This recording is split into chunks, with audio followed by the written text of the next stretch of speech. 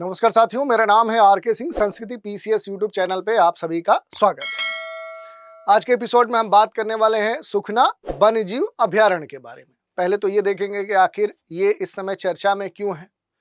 दूसरी बात हम देखेंगे कि इससे जुड़ी हुई जो भी महत्वपूर्ण बातें हैं कि सुखना जो वन्यजीव अभयारण्य है, इसकी अवस्थिति आखिर है कहाँ पर, इसकी जो सीमाएं हैं वो किन राज्यों से लगती हैं, इसके आसपास कौन से महत्वपूर्ण जो स्थलाकृतिक विशेषताएं हैं, इस पूरे क्षेत्र का जो डिज़ाइन है वो किसने किया है, क्या इसे अन्य किसी खास दर्जे से भी नवाजा गया है, जैसे क्या ये आर्द्र भूमि भी है। तो ऐसी बहुत सारी बातें हैं जिन पर डिटेल से बात करेंगे और इनसे जुड़े हुए जो भी पर्यावरण पारिस्थितिकी से जुड़े हुए जो टर्मिनोलॉजी है, जो महत्वपूर्ण सिद्धांत है, जो नियम है, उन पर भी हम बात करने वाले हैं। तो चलिए देख लेते हैं। सबसे पहले ये चर्चा में क्यों है। तो देखिए, ये कहा जा रहा है कि 9 डे वाइल्ड लाइफ जो सेंसस है वो शुरू हो चुका है।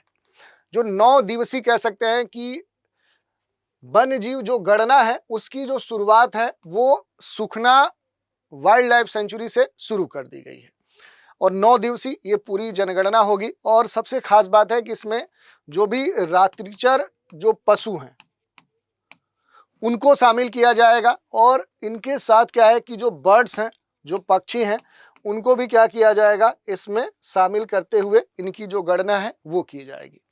तो जानवरों और जो पक्षी हैं उनकी जो सूची है, जो लिस्टिंग है, वो तैयार करने के लिए शहर के जो वन क्षेत्र हैं वहाँ आज से 9 दिवसीय जो वन्य जीव गणना है वो शुरू कर दी गई है।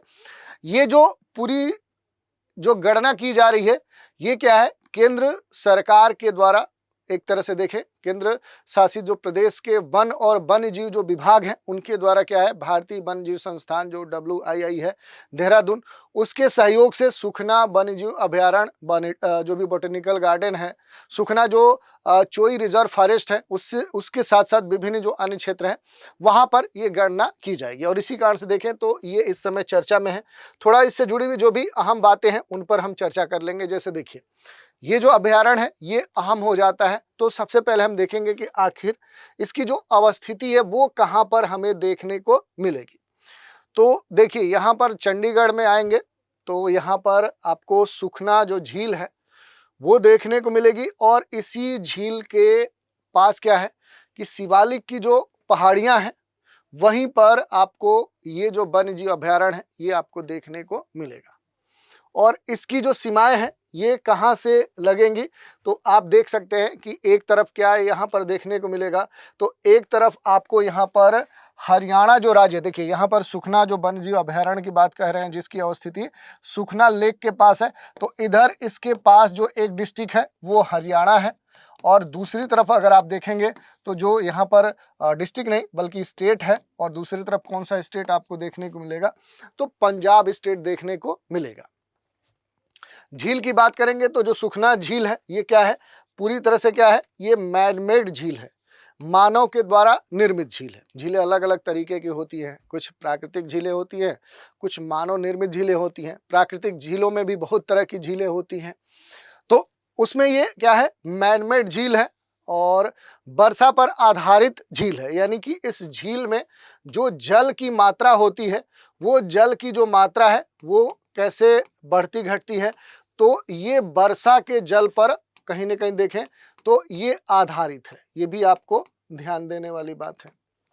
इसका निर्माण कब हुआ, तो वर्ष 1958 में जो सुखना चोई नाम की जो एक मौसमी स्थानीय जो नदी है उसकी जो जलधारा है उसी पर डैम बनाकर ये तैयार किया गया। और इसका जो डिज़ाइन है ये कई बार पूछा गया है। महत्वपूर्ण जो वास्तुकार हैं ले कोर्बुसिए, इन्हीं के द्वारा क्या है कि ये झील डिजाइन किया गया है।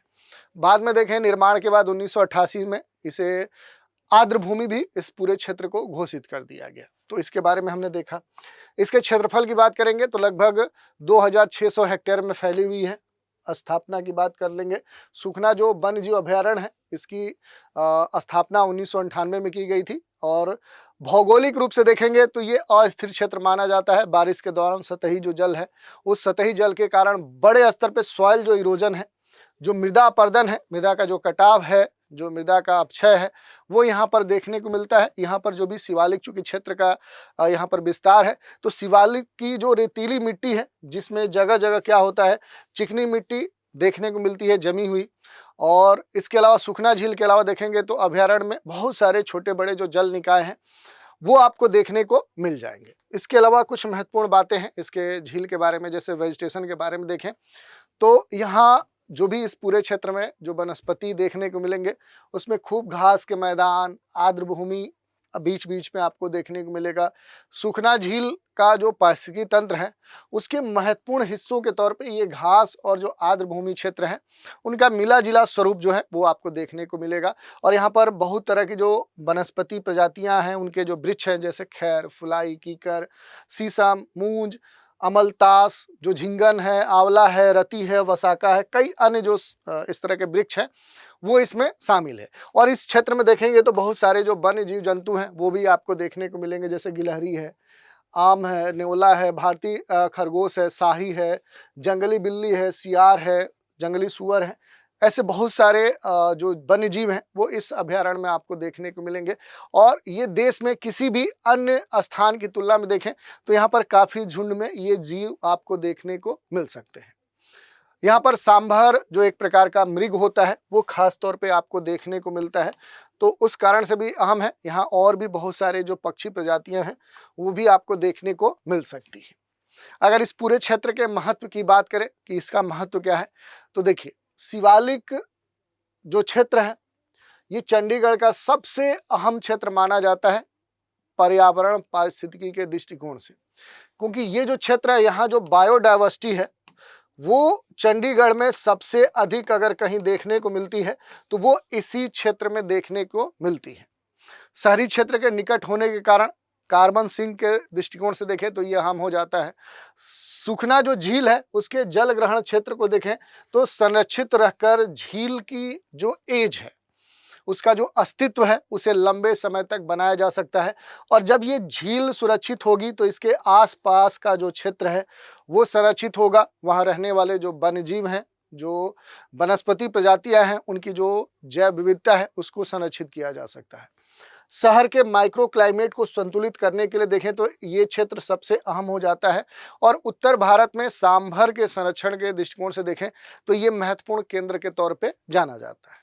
इससे जुड़ी हुई कुछ महत्वपूर्ण चुनौतियां हैं, जैसे सॉइल इरोजन बड़े स्तर पे हो रहा है। पहले हमने बताया था कि जो भी यहाँ पर रेतीली मिट्टी है बीच में लोम सॉइल देखने को मिलेगा, उस कारण से बड़े स्तर पे यहाँ पर सॉइल इरोजन हो रहा है। जो ह्यूमन एक्टिविटी लगातार बढ़ रही है, चाहे वो इंफ्रा के स्तर पे हो या फिर खनन, चराई, कृषि या इस तरह की जो भी गतिविधियाँ हैं, या फिर देख सकते हैं कि शहरीकरण का जो बढ़ता हुआ दबाव है, चूँकि छोटा क्षेत्र है, चंडीगढ़ डेवलप क्षेत्र माना जाता है, तो उस कारण से जो अर्बनाइजेशन है उसका विपरीत प्रभाव इस क्षेत्र पे देखने को मिल रहा है।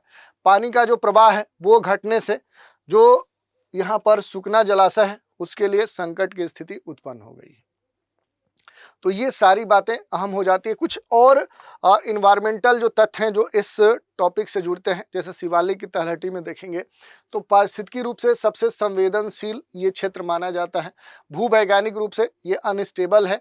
ये जो क्षेत्र है ये वन्य जीव अधिनियम 1972 की कम से कम जो 7 अनुसूची 1 है उसमें देखेंगे तो पशु प्रजातियों का जो आवास है उस आवास स्थल के रूप में जाना जाता है, जिसमें तेंदुआ, भारतीय पेंगोलिन, सांभर, गोल्डन जो जैकल है, किंग कोबरा है, अजगर है, मॉनिटर जो लिजार्ड है, ये सब यहाँ पर संरक्षित किए गए हैं।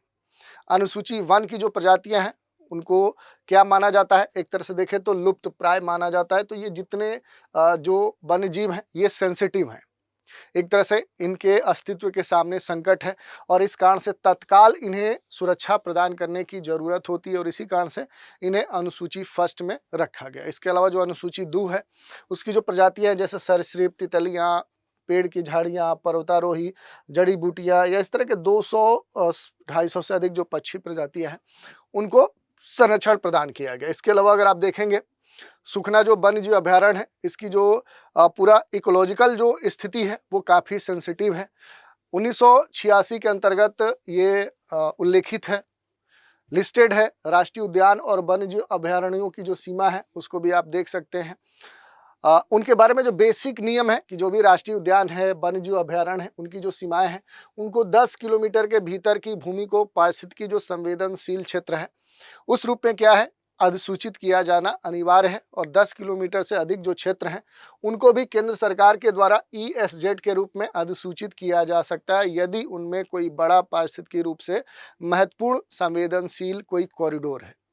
इसके अलावा अगर आप देखेंगे तो ESZ जो भी होता है उसकी जो गतिविधियाँ होती हैं पहले से आप जानते होंगे। अगर इसमें देखेंगे ये जो क्षेत्र घोषित किए जाते हैं, जो चिन्हित कर दिए जाते हैं, तो यहाँ पर निषिद्ध कुछ गतिविधियाँ होती है। जैसे वाणिज्यिक स्तर पे जो कमर्शियल खनन है, माइनिंग है, वो बैन होता है।